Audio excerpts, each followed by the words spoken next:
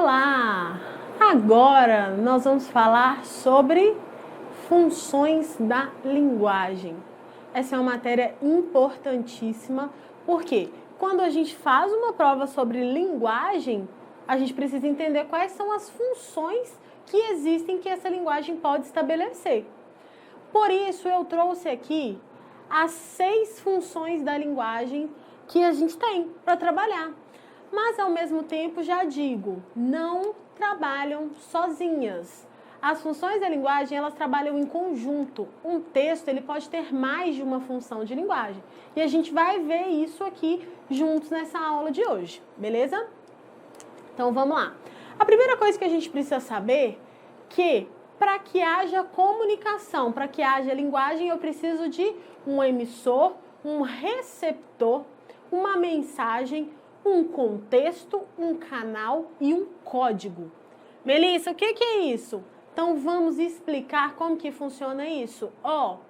Um emissor, eu preciso de alguém para emitir a mensagem. Quem vai transmitir essa mensagem, certo? Então, alguém vai falar, ou escrever, ou acenar, ou o que quer que seja. Porque a gente já viu que existem várias formas de linguagem, né? Beleza. Agora, quem vai receber?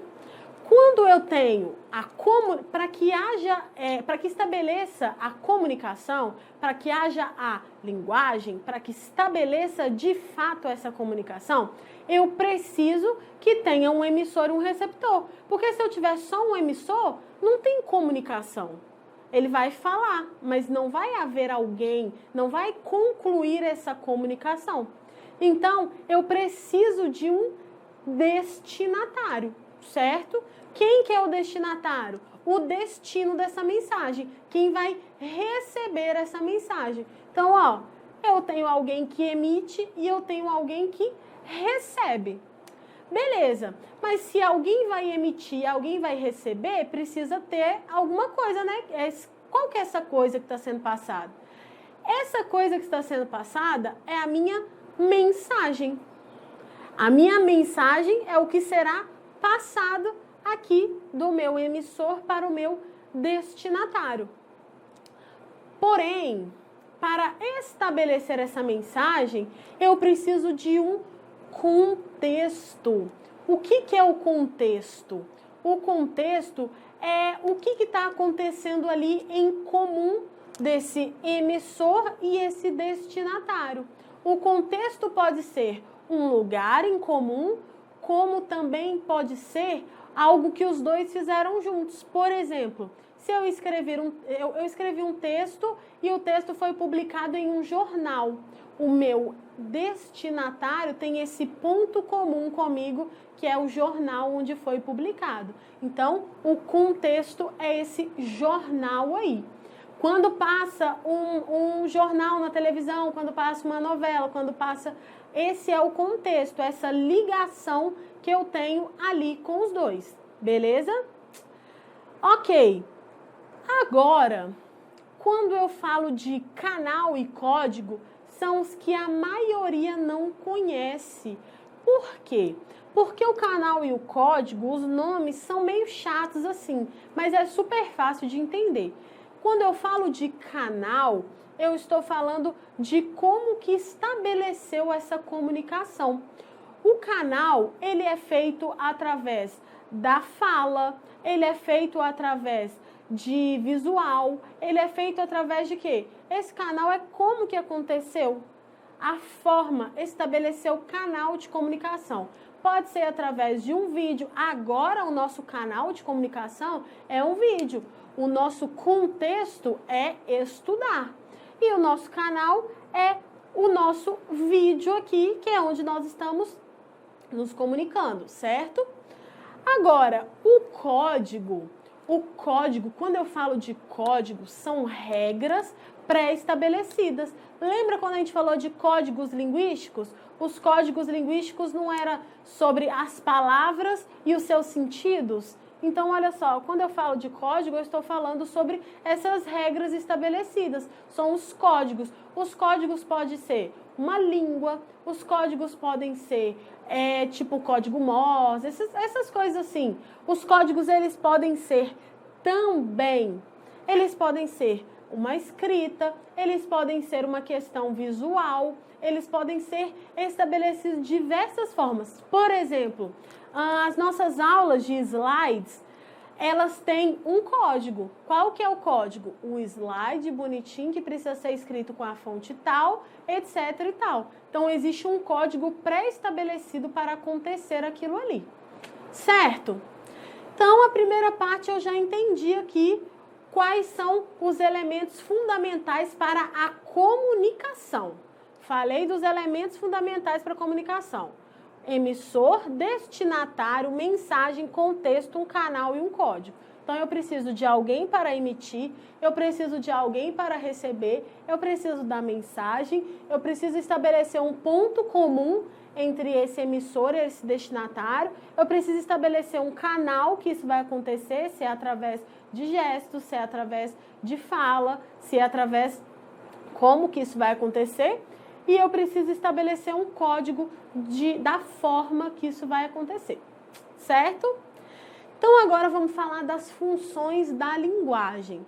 As funções da linguagem, diferente dos responsáveis por ela, elas vão falar qual que é o objetivo dessa comunicação. O porquê que eu estou falando isso.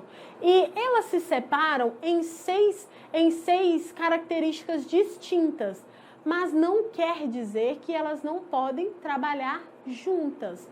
Então, quando eu falo de função da linguagem, é qual que é a função comunicativa daquele texto. Mas aquele texto ele pode ter mais de uma função comunicativa. E a gente vai ver isso aqui agora. A função referencial, ela vai servir... Desculpa. A função referencial, ela vai servir como o referente do meu texto. Os textos que trabalham com a função referencial, eles são textos que vão trabalhar diretamente com uma informação. Eles são textos impessoais, geralmente na terceira pessoa, porque são textos que eles não expressam opinião, eles só expressam algo que realmente aconteceu. Eles são referências, são textos que eles são informativos, referência para o leitor. Como que funciona um exemplo de um texto referencial? É quando você pega, por exemplo, uma matéria jornalística, existem vários tipos de textos. Então, preste atenção na função desse. Você pega um jornal e nesse jornal está falando de uma pessoa que foi lá para o Afeganistão e que aconteceu uma guerra. Ela vai retratar que aconteceu, que estourou uma guerra por causa disso e aquilo. Pronto. Ela vai estabelecer e vai te falar o que fez acontecer, como aconteceu e pronto, acabou. Ponto. Apenas informativo, certo? Diferente de quando eu falo de linguagem emotiva. Porque a emotiva, ela é carregada de sentimento. Quando eu trabalho com a linguagem emotiva, tá vendo aqui, olha, que o foco é o emissor? O foco aqui da emotiva é o emissor. Então, ele vai focar em transparecer os seus sentimentos para que o receptor entenda que o foco é que ele se coloque no lugar dele. Da mesma forma que a pessoa que estava aqui no referencial e retratou da guerra lá no Afeganistão, ela retratou apenas como contexto, com foco no que estava acontecendo lá, ó, com foco no contexto de lá. Mas agora, quando eu falo que o foco é o emissor, ele pode estar no mesmo lugar. A mesma pessoa que viveu a guerra no Afeganistão vai escrever um outro texto agora. Porém, ela vai escrever um texto carregado de emoções. Agora ela vai retratar como foi estar na guerra, como ela se sentia em estar ali, como as pessoas que estavam ali se sentiam, com o coração pulsando, com ansiedade, como isso estava acontecendo, porém de forma emotiva. Por isso que eu falei que o mesmo texto, ele pode tanto ter duas ou mais funções da linguagem. Por quê? Porque o mesmo texto que pode ser referencial, em alguma parte ele pode trazer um trecho emotivo, trazendo essa questão das emoções, do sentimentalismo, das ansiedades de quem viveu isso. Beleza? Ficou claro até aqui? Então, passando para a próxima, que é a conativa. A conativa, o meu foco é quem? Destinatário. Então, sabe quando a gente está passando nas lojas e que as pessoas ficam te oferecendo o tempo inteiro as coisas? Vem cá, compra comigo aqui. Vem aqui, aqui. Entra aqui na loja rapidinho. Olha só. Quando eles falam diretamente com o destinatário, quer dizer que a minha função da linguagem é conativa ou apelativa. Por quê? Conativa, apelativa. Porque o foco é convencer, persuadir o meu destinatário, o meu interlocutor. Essa persuasão acontece com os verbos no imperativo e quando eu falo diretamente com o meu interlocutor. Então, não tem aquelas propagandas, por exemplo, da Caixa, vem pra Caixa você também, ó. Então, quando eu trabalho com essa função diretamente ligado para o meu interlocutor, vem fazer parte dessa turma. Então, eu trabalho com uma linguagem conativa imperativo. Beleza? Facinho, né? Aí, quando cai lá esses nomes, eu não faço ideia do que significa. Mas é só ter uma aulinha dessa aqui, que não vai demorar nem 20 minutos essa aula. E pronto, expliquei tudo que precisava explicar. Vê se eu aguento isso. Beleza, então eu falei que a referencial, o foco é ser referência, ser algo que vai dar credibilidade. Quando eu falo de conativa, o foco são as emoções, expressar a emoção. Quando eu falo de conativa, eu estou falando do foco do interlocutor. E quando eu falo de poética, quando a gente fala de poesia, qual que é a primeira coisa que vem na nossa cabeça? Estrutura, né? De fato, então, a linguagem poética, ela vai ter essa função de quê? De justamente trabalhar com essa estrutura. Então, não necessariamente são só os poemas, mas ele trabalha com o quê? Com uma estrutura sonora, ele trabalha com uma estrutura estética, trabalha com uma estrutura até mesmo ali dentro do texto, ele vai trabalhar com uma estrutura de palavras, ele vai trabalhar com uma estrutura de ideias. Então, vão ser vários tipos de estrutura que entram aqui. Aí, por exemplo, não é a questão de estrutura estética? Então, quando eu pego uma charge, não existe uma forma de fazer charge? Não existe uma forma de fazer quadrinhos, por exemplo? Os quadrinhos não são sempre ali, por exemplo, se você pegar um quadrinho, geralmente são 2, 3 em uma folha. Aquilo ali também é um tipo de função de linguagem poética.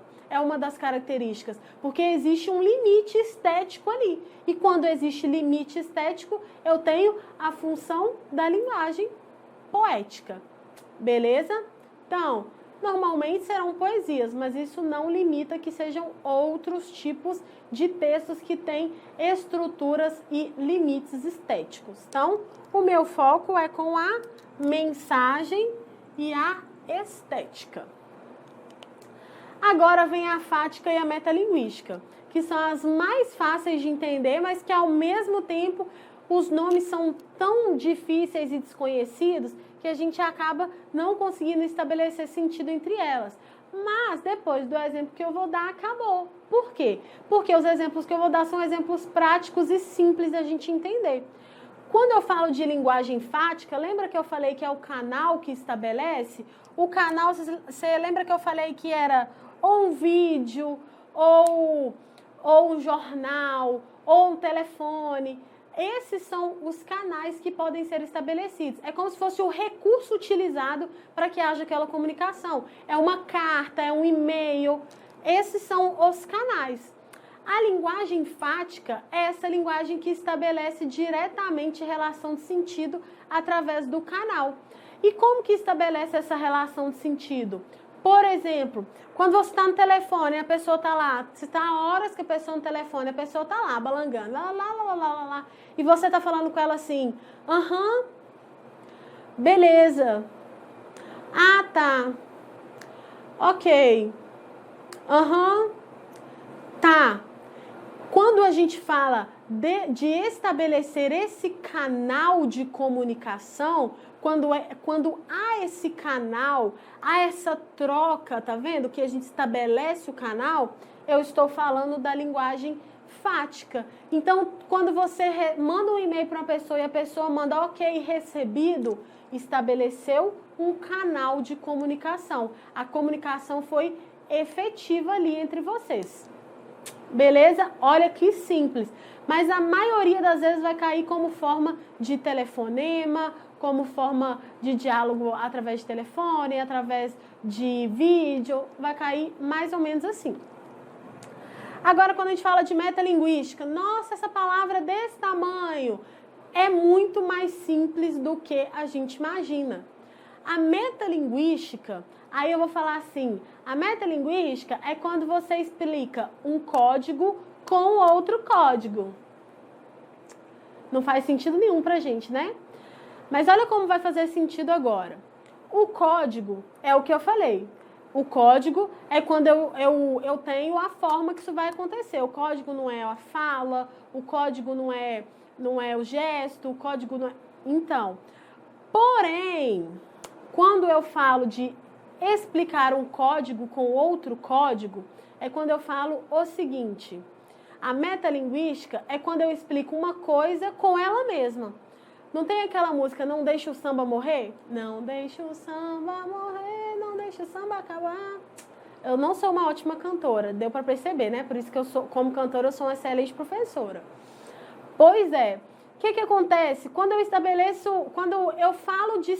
canto um samba, falando de samba, eu estou utilizando a função da linguagem metalinguística. Por quê? Porque eu estou falando sobre uma coisa utilizando ela mesma. Eu estou explicando um código utilizando ele mesmo.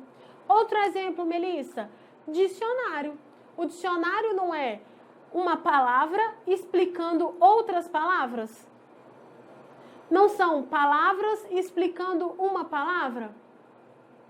Não tem, quando tem aquelas pinturas, isso já caiu no Enem, não me lembro o ano, mas tinha uma pintura de um cara pintando um outro cara.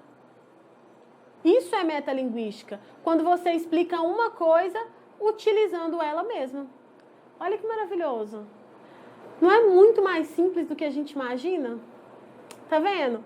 Então, o que eu preciso fazer é parar de complicar a minha vida e achar essas palavras difíceis, fazer post-it explicando isso aqui, referencial, quando eu utilizo a linguagem como referência, como algo certo, conativa, emotiva, emoções, transparecer as emoções, conativa, quando eu utilizo o modo imperativo, o foco é o destinatário. Poética, quando eu trabalho a estrutura, a forma, a estética. Fática. Alô, tudo bem? Alô? Canal e metalinguística, dicionário. Um código que explicado com o mesmo código. Beleza? Alguma dúvida? Então, olha só. A próxima aula, a gente vai falar sobre as figuras de linguagem. E as figuras de linguagem são importantíssimas. Muito cuidado com isso, porque a gente pode confundir com aquilo que a gente acha que sabe, mas não sabe. Beleza? Até a próxima, aguardo vocês.